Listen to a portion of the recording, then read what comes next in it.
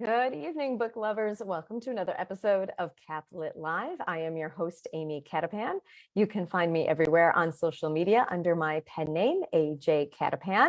If you're new to Cath-Lit Live, here's what we do. We do interviews with Catholic authors who have new books releasing, both fiction and nonfiction. And if you haven't already checked out our sponsor, the Hallow app, you're missing out on some great prayer stuff. That's what I can say is you're missing out on a lot of great prayer stuff. Go ahead and get a free premium trial of Hallow by using my link hallow.app/cathlitlive, and you will find all sorts of wonderful prayers, Bible readings, reflections on the Bibles, rosaries, Divine Mercy chaplets, information about the saints, beautiful music, so many wonderful things on the Hallow app. Go check it out if you haven't already. Well, tonight I have a guest who I am meeting for the first time. His name is Daniel McInerny, and he has a new book out from my friends at Chrism Press. So let me tell you a little bit about Daniel. He's a novelist and dramatist, as well as an associate professor and chair of the philosophy department at Christendom College in Front Royal, Virginia. In March of this year, he published with Chrism Press his novel, The Good Death of Kate Montclair, which his fellow Catholic novelist, Maha Sinha, who was a guest here on Cath-Lit Live previously, has called an instant classic of the 21st century Catholic fiction. In June of 2024, Word on Fire Academic will bring out his scholarly monograph, The Way of Beauty, a philosophical reflection on the arts. And in the fall of 2024, his play, The Actor, on the early life and underground wartime dramatic activities of Karol Wojtyła, the man who would become St. John Paul II, will premiere at Christendom College. Visit his Substack, The Comic Muse, for more information for more of his reflections on philosophy, the arts, technology, and culture. So it's his first time here. Please help me welcome Daniel McInerny. Hello, Daniel. Hello, Amy. How are you? Great to be with you. I'm good. Thank you for being on Cath-Lit Live tonight. Oh, it's my pleasure, my honor. So we're here tonight to talk about your book, The Good Death of Kate Montclair, which has such an intriguing title. So tell us, like, a good death, like, wait, that's a bit of an oxymoron, right? Tell us what The Good Death of Kate Montclair is about. Indeed, there's a certain play in that title, a double meaning on what a good death for Kate Montclair can be. And so the story plays with that. But the novel is a story about a woman named Kate Montclair who's in her mid-50s, who receives a terminal diagnosis. She has inoperable brain cancer. There's really no hope of recovery. And I'll tell my readers right now, your listeners, there's no miracle cure for her at the end. I tell you in the title, she dies. The story is not about whether or not she survives the ordeal. It's about how she's going to encounter her death. And she does something that she wouldn't normally do. She goes to something called a death symposium, which is kind of a book club that meets in coffee shops of random people who come together to talk about death and how best to prepare for death. And she's especially attracted to this meeting because it's moderated by an old friend, a woman named Adele Schrader, who she taught with as a very young woman. Kate Montclair is a career high school English teacher. And she hasn't seen her in about 13 years, and she's intrigued to see her again.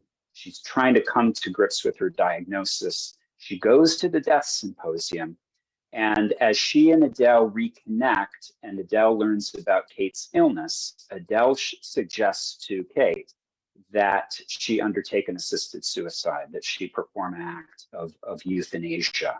And so Kate seriously takes that up as an option, which leads to further complications and a climax I will not spoil. Awesome. I mean, spoiler alert enough with the title, so we don't need any more spoil. That's right. So what drew you to tell this kind of story where, we kind of know the ending, we don't know how we get there, but what drew you to tell this story?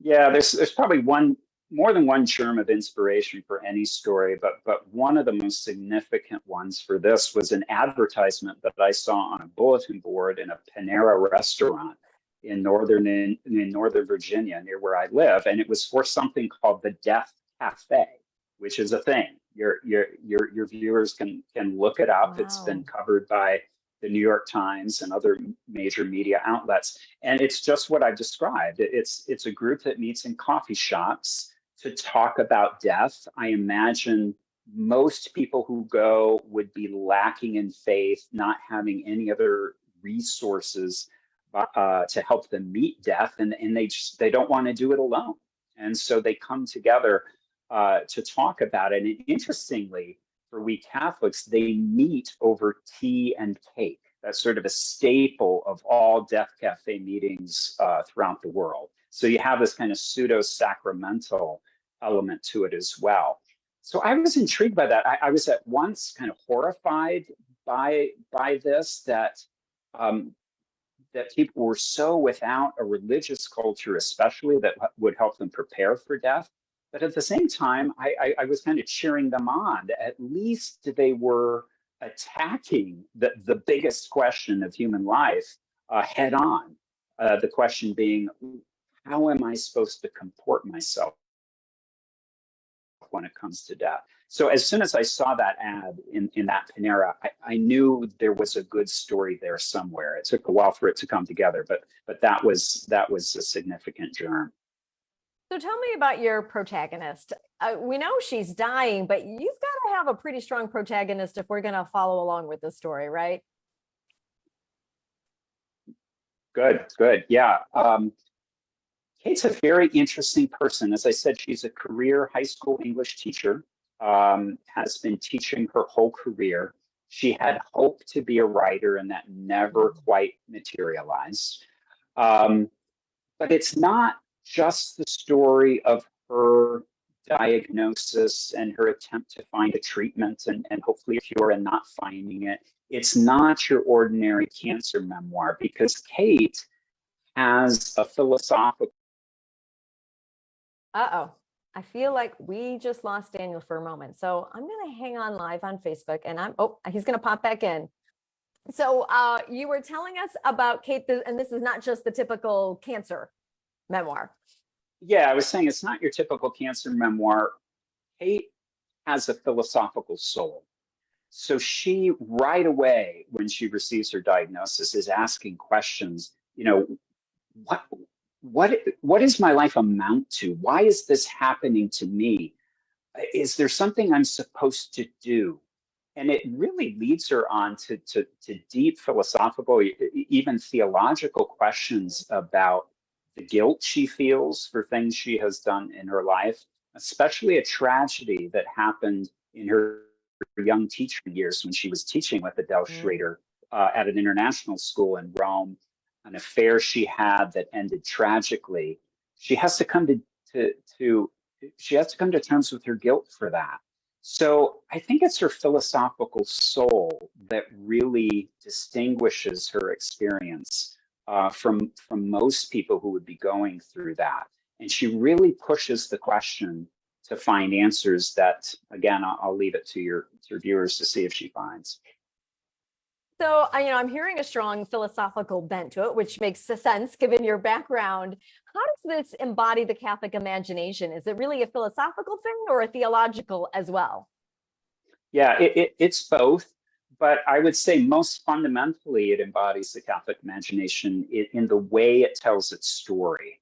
One of the abiding paradigms of the Catholic imagination is the character who has a certain fall, who starts from a place of pride and is brought low in some way. There's a lot of symbolism in my novel that I take from Dante's great poem, The Inferno, and especially one episode in it, where he has the ancient Greek warrior Ulysses, sometimes called Odysseus, sail with his men beyond the bounds that the gods have set. And so they sail after knowledge out into the open sea, and they eventually shipwreck, and it leads to their demise. I took that story as a symbol of Kate's own desire in her pride to kind of take control of her diagnosis through euthanasia and being brought low. Now, it also embodies the Catholic imagination because the catastrophe that brings her low is, as J.R.R. Tolkien would call it, a eucatastrophe. It's a good catastrophe. There is an important resolution about which I will say no more. So in that type of narrative, it embodies the Catholic imagination. But I would also say there is strong Marian element in the story as well. There is grace working in the lives of Kate Montclair and the other characters in the story, and even Adele Schrader.